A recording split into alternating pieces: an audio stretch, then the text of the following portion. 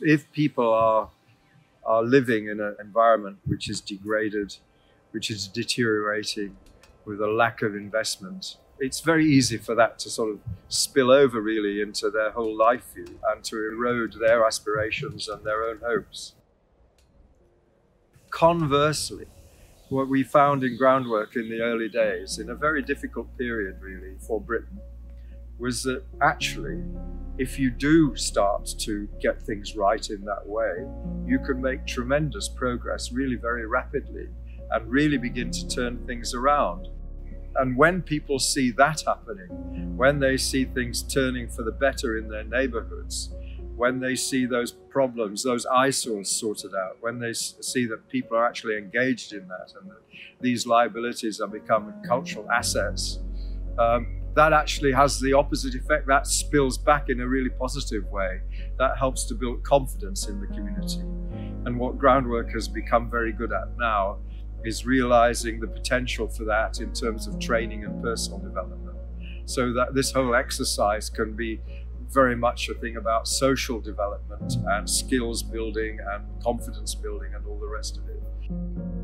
My name is John Handley, and I was the executive director of the first Groundwork Trust. We were approached by British Coal, who had a very large spoil heap which had come to the end of its life. And it was actually on an ancient wasteland of all things. Local people felt very bad about the fact that the landscape they remembered from their childhood had just gone under a huge black mass. And we began to develop a completely new way of working. Not simply coming in with heavy engineering, but an ecologically sensitive approach which tried to work with the grain of natural recovery. So my name's Ian Jones. I worked here in 2001 to 2006. So I was involved with a team of rangers. We were responsible for the site management of Colliers Moss. We really enjoyed it because obviously local people, local space, that's what Colliers was set up for back in the day. And it's a great value for people just to come and see nature in all its forms, all its beauty really. Groundwork hasn't been involved for a few years. So Mersey Forest are now looking after the north side, and they've been actively managing the site and are doing. So again, hopefully we'll be able to work in partnership with them. I'm a conservation officer now for Groundwork.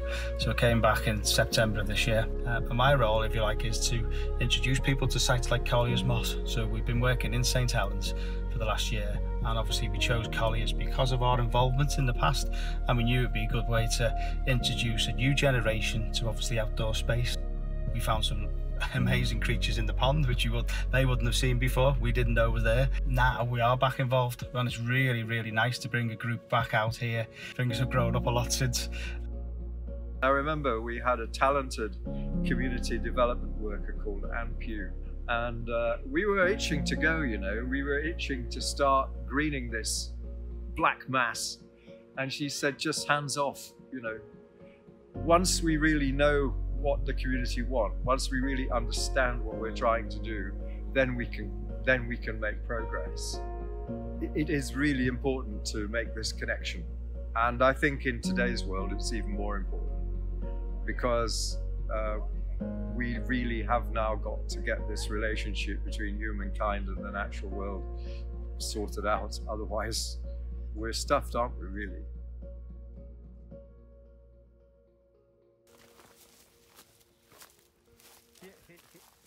Here is the heather, and this is exactly what we're trying to do. So it's absolutely brilliant to see.